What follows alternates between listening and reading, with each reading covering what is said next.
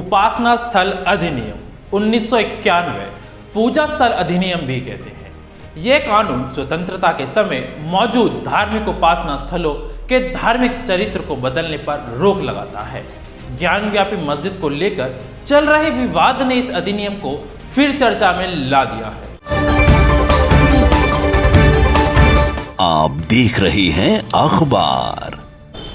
नमस्कार, मैं विशाल राजपूत और आप देख रहे हैं अखबार। आइए बताते हैं अब आपको क्यों चर्चा में है कानून। ज्ञानव्यापी मस्जिद से जुड़ा एक विवाद ज्यादा पुराना नहीं है।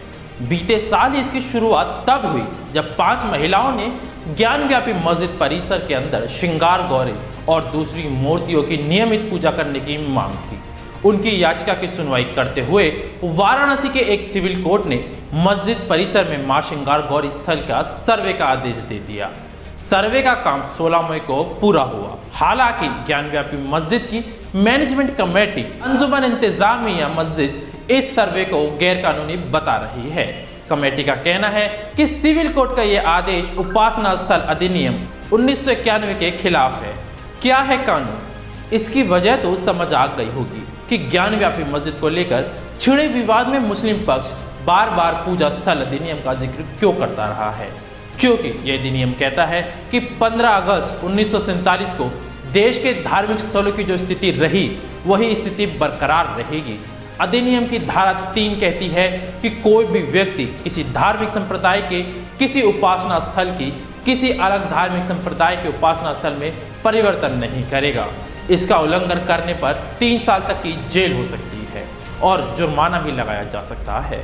यह अधिनियम 1991 में तत्कालीन प्रधानमंत्री पीवी नरसिम्हा राव के नेतृत्व वाली कांग्रेस सरकार लेकर आई थी। उस समय राम मंदिर आंदोलन अपने चरम पर था। लाल कृष्ण आडवाणी की रथ यात्रा, बिहार में उनकी गिरफ्तारी और उत्तर प्रदेश के कार सेवकों पर गोलीबारी ने सांप्रदायिक तनाव पैदा कर दिया था। इंडियन एक्सप्रेस की रिपोर्ट के मुताबिक तब सांसद ने विधेयक पेश करते हुए तत्कालीन गृह मंत्री एसबी चौहान ने कहा था, यह विधेयक किसी भी पूजा स्थल के बदलाव से जुड़े किसी भी नए विवाद को होने से रोकेगा।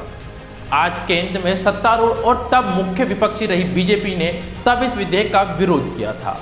राम जन्मभूमि बाबरी मस्जिद मामले को इस अधिनियम से छूट। अधिनियम के तहत आजादी के समय के सभी धार्मिक स्थलों को कवर किया गया था सिवाय राम जन्मभूमि बाबरी मस्जिद मामले के।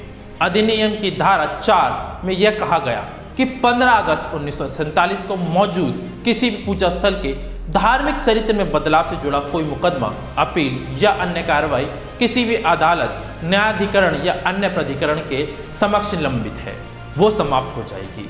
ये आगे निर्धारित करता है कि ऐसे मामलों पर कोई नई कार्रवाई शुरू नहीं की जाएगी। वहीं इस अधिनियम की धारा 5 में प्रावधान है कि यह अधिनियम राम जन्मभूमि बाबरी मस्जिद मामले और दूसरे संबंधित किसी मुकदमे, अपील या कार्रवाई पर लागू नहीं होगा। उपासना स्थल अधिनियम 1991 की संवैधानिकता पर सवाल। इस अधिनियम को शीर्ष अदालत के समक्ष चुनौती भी दी गई है। इसके खिलाफ कम से कम 2 याचिकाएं लंबित हैं जो इसकी संवैधानिक वैधता पर सवाल उठाती है। दलील ये दी जाती है कि यह अधिनियम न्यायिक समीक्षा पर रोक लगाता है जो संविधान की बुनियादी विशेषता है। साथ ही हिंदू, जैन, बौद्ध और सिख धर्म के अधिकार को कम करता है।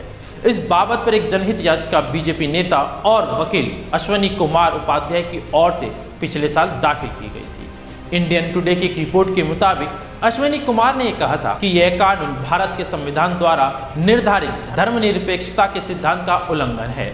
इसके पीछे दलील यह दी गई कि यह कानून उन पूजा स्थलों को वापस मूल धर्म के अनुयायियों को सौंपा जाने से रोकता है जिन्हें सदियों पहले आक्रमणकारियों और शासकों ने नष्ट कर दिया था। इंडियन एक्सप्रेस की रिपोर्ट के मुताबिक सुप्रीम कोर्ट ने मार्च 2021 में अश्वनी कुमार की याचिका पर नोटिस जारी किया था, लेकिन केंद्र ने अभी तक अपना जवाब दाखिल नहीं किया और मामले पर सुनवाई नहीं की। फिलहाल के लिए इतना ही। बाकी अपडेट्स के लिए हमारे साथ बने रहें और देखते रहें अखबार।